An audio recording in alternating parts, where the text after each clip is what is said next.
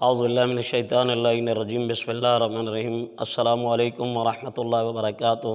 سامعین محترم السلام علیکم ورحمۃ اللہ وبرکاتہ۔ یہ ربیع الاول کا مہینہ حضرت رسول خدا صلی اللہ علیہ وآلہ وسلم کی ولادت سے تعلق رکھتا ہے، اور اس کا خاص تعلق نسبت جو ہے وہ اللہ کے نبی کے ساتھ ہے۔ یہ وہ ہستی ہے جس ہستی کے سبب سے پوری کائنات کو اللہ کی ذات نے خلق کیا۔ اس ہستی کے متعلق اللہ کی ذات حدیث قدسی میں ارشاد فرماتا ہے کہ لولاک لما خلقت الافلاق، حبیب میں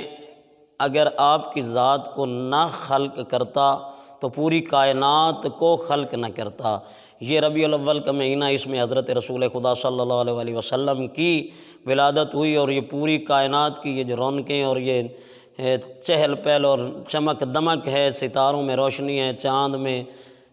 تمازت ہے، سورج کی حرارت، اور یہ پوری کائنات کی جتنی بھی مخلوقات ہیں، یہ حضرت رسول خدا اور ان کی آل اطہار کے صدقے میں اللہ کی ذات نے ان کو خلق کیا ہے۔ ہمیں بھی جو وجود بخشا ہے خالق کائنات نے، وہ بھی محمد و آل محمد علیہ الصلوۃ والسلام کے وسیلہ جلیلہ سے اور ان کے صدقے میں ہمیں یہ خلق کیا ہے خداوند متعال کی ذات نے۔ اور پیغمبر اسلام فرماتے ہیں، چونکہ پیغمبر کی ولادت سے پہلے دور جاہلیت لوگ بتوں کی پوجا کرتے تھے، پیغمبر اسلام فرماتے ہیں کہ جب میری ولادت ہوئی تو کیسر و کسریٰ کے محلات کے بت جو ہیں وہ ٹوٹ ٹوٹ کر گرے، اور فارس کے اس آتش کدہ میں جو کبھی آگ جو ہے وہ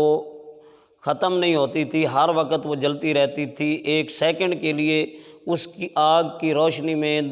کمی نہیں آتی تھی، کم نہیں ہوتی تھی۔ پیغمبر اسلام کی ولادت باسعادت اور بابرکت وجود جب اس زمین میں آیا اور پیغمبر اکرم کی ولادت ہوئی تو اس آتش کدہ کی آگ جو ہے وہ بجھ گئی۔ یہ ہے وہ ہستی جو پوری انسانیت کو ایک ہی تسبیح کے دانوں میں پرونے آیا، اور مسلمانوں کو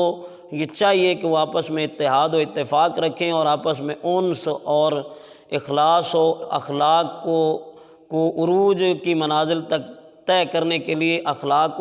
اور محبت و انس کا ماحول بنائیں۔ چونکہ ہمارے نبی جو ہیں وہ ان کے بارے میں قرآن مجید میں اللہ کی ذات نے سورہ انعام میں فرمایا، قل یا ایھا الناس انی رسول اللہ الیکم جمیعا، اے لوگو، اے حبیب ان لوگوں سے کہہ دیجئے کہ میں تمہارے سب کی طرف نبی بنا کر بھیجا گیا ہوں، پورے انسانوں کی طرف۔ جب وہ پوری انسانیت کے لیے جب وہ رحمت للعالمین ہے تو مسلمانوں کو بھی چاہیے کہ آپس کے اختلافات مٹا کر ایک دوسرے کے ہاتھوں میں ہاتھ ڈال کر